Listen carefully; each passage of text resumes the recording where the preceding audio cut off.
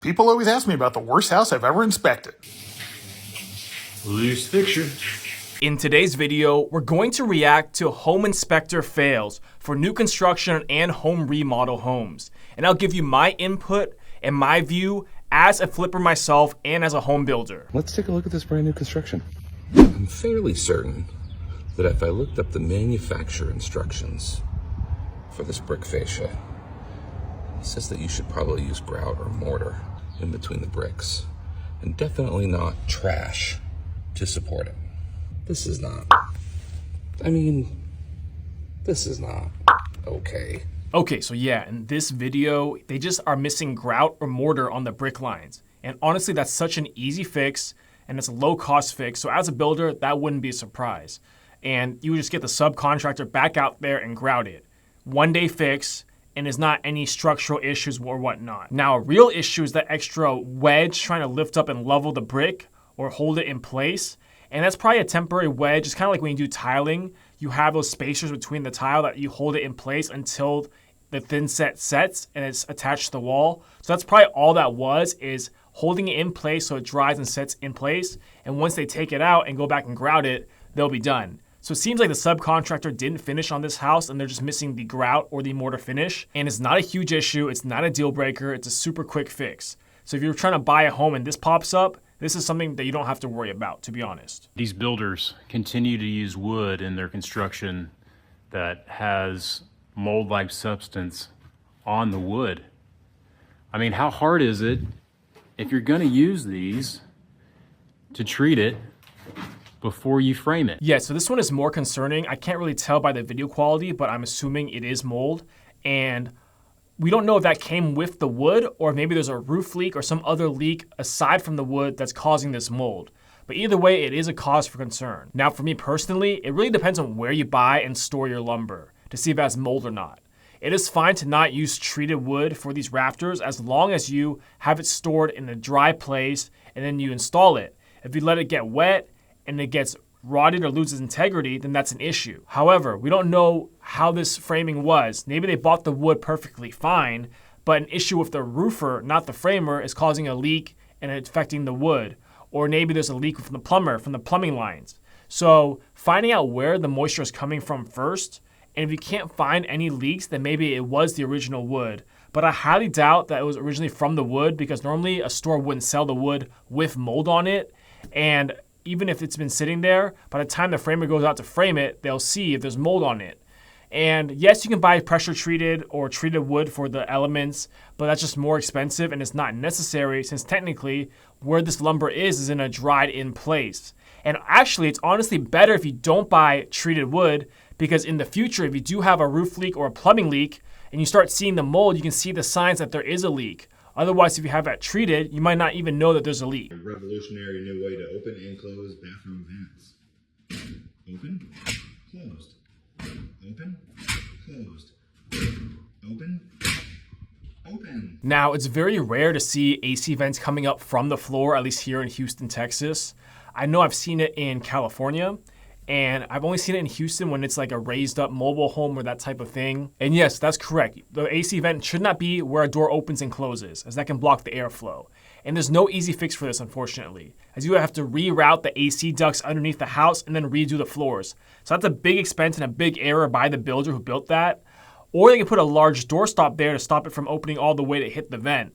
But that's just a small fix, which could work though. What does get me is why the inspector is forcibly shoving the door open and close over the grill when you already made your point and already showed it, and causing extra damage to the door and to the materials there. So that kind of annoyed me, but definitely it is an issue. They should either add a doorstop there if they want a quick fix, or the real fix is to reroute the ductwork, cut another hole for the new opening, and then replace the floors where the duct is. Brand new house, not even moved in.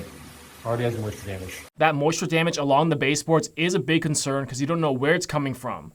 Of course, replacing the baseboard is an easy fix and painting it over again, but you want to find the source of the moisture. Loose baluster.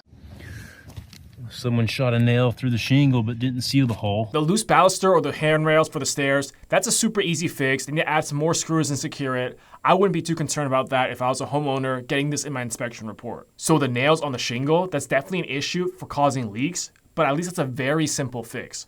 All they have to do is put the black tar glue that they put on roofs to seal around the waste vents just over the nail and you're good to go. So potential for a big issue with roof leaks and water intrusion, but very, very simple fix that the roofer will come out and do for free. They are missing weather covers on these outdoor receptacles. The caulking looks pretty good until it doesn't.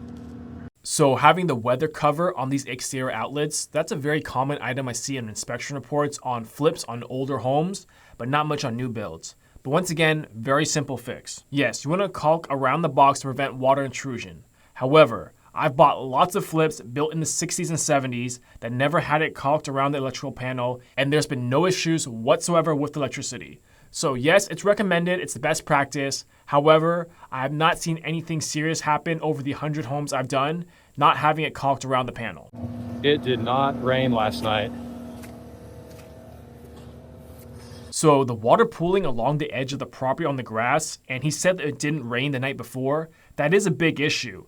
That goes back to if they graded the lot properly when they're doing the dirt work for the foundation. Normally all your plans from the architect comes with drainage plans as well for where to grade the dirt. And you have to do this before you pour the foundation because you have to get it to the right height in order to grade it for drainage. Now, can they still fix it now after the house has been built? Yes, but it's not ideal. What they probably will have to do is install French drains along the perimeter and have outlets and have it drain towards the street. That's one way to easily solve this issue of pooling water in the yard. Stuck blades. The oven does not fit and sit all the way back because the anti-tip device is installed in the incorrect place.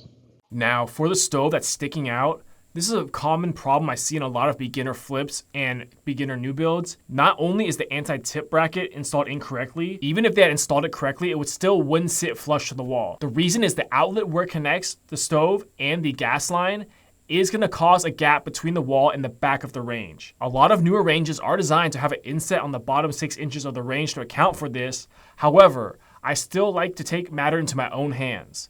What I do is I inset the outlet and the gas line for any range in the kitchen into the sheetrock several inches so that when you install it, everything can sit perfectly flush against the wall. The dishwasher is pushing water into the sink, up into the sink because of the slow drain. So that slow drain in the kitchen sink is super common because a lot of times, painters especially, they just wash their paintbrushes and all their cloths in the kitchen sink because they're too lazy to go outside, and all that old and dry paint is gonna block up your drain lines. I've seen this happen in bathroom sinks and kitchen sinks. They're all just so lazy, they don't want to go outside and use the hoses outside, that they just wash everything in the kitchen and bathroom sinks. Same with drywall, guys, and that's all going to cause issues in your plumbing. So what I like to do is avoid putting in fixtures for those areas until after painting, after floors, until everything is done basically. The weather stripping for the attic door is missing all around. So he mentioned the weather stripping around the attic door is not there. That's a super simple fix.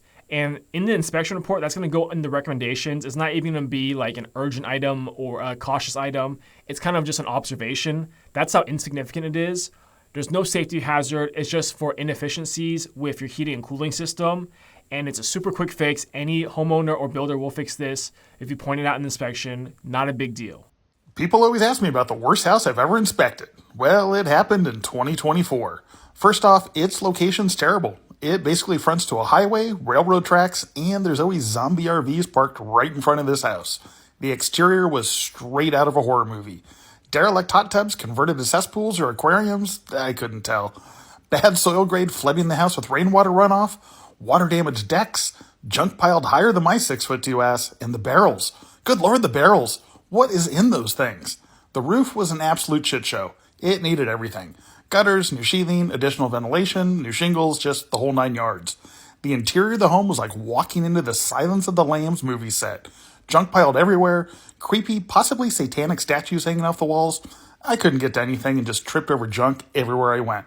And the smell, well, let's just say it burned the nostrils. The plumbing was ancient galvanized pipes literally repaired with baling wire and pieces of rubber. The electrical was equally horrific, complete with a pushmatic panel. The kitchen ceiling and ultimately the roof was supported by 2x4s, blocks of wood, and surprisingly the upper cabinets. Only 2 rooms had heat. The bathroom still gives me nightmares to this day. The crawl space had no vapor barrier, no ventilation, the posts were all wonky. My advice to the buyer was, if they're hell-bent on buying this place, they should close on it, insure the hell out of it, and then light a match to collect insurance money. There are no redeemable qualities here. So I don't really understand this video. Obviously, it's an older home that needs a full renovation. It's probably marketed just as that, fixture-upper, needs work, no cellar repairs. So I don't know why they still ordered a home inspection when it's super obvious from the photos that it would just have been a full renovation anyways. And me, as a fix and flipper, I've bought homes in way worse condition than this one he's shown. And it's the worst home he's probably inspected because normally we don't get home inspections on full gut renovations because we know we're gonna change everything out anyways. Just from the listing photos, I'm sure you could see that you need a new roof, foundation repairs, new plumbing, and new electrical, new siding. All that is super obvious. I think whoever ordered this inspection just wasted their money, to be honest, because all those things are very obvious and this home is not being sold as a livable, move-in ready home. So we're doing an inspection on a house that was just recently renovated. One thing that I always do on a newly renovated house is I'll fill up the shower pans with water to see if they actually put a pan underneath the tile. So I'll plug this drain and I put about a half inch of water in the pan and I let that sit for a good 15 minutes or so. And then I'll go around with the infrared camera, scan below, scan around the sides and look for any water that has leaked out of the pan. And in this case, we've got the infrared camera. We can see a little hot mark at the floor right next to the toilet. Just looking at it, things look good, but if we actually like push on this, we can see water actually shoots out. And then coming over here on the other side of the shower stall, it's right behind this wall here. Doing the infrared scan, we can see all that water is just leaking underneath this this vinyl floor in here. So this inspector is using an infrared camera, and these are made by a company called FLIR, and they make these high-tech cameras, and you have to know how to use it and calibrate it for it to be accurate.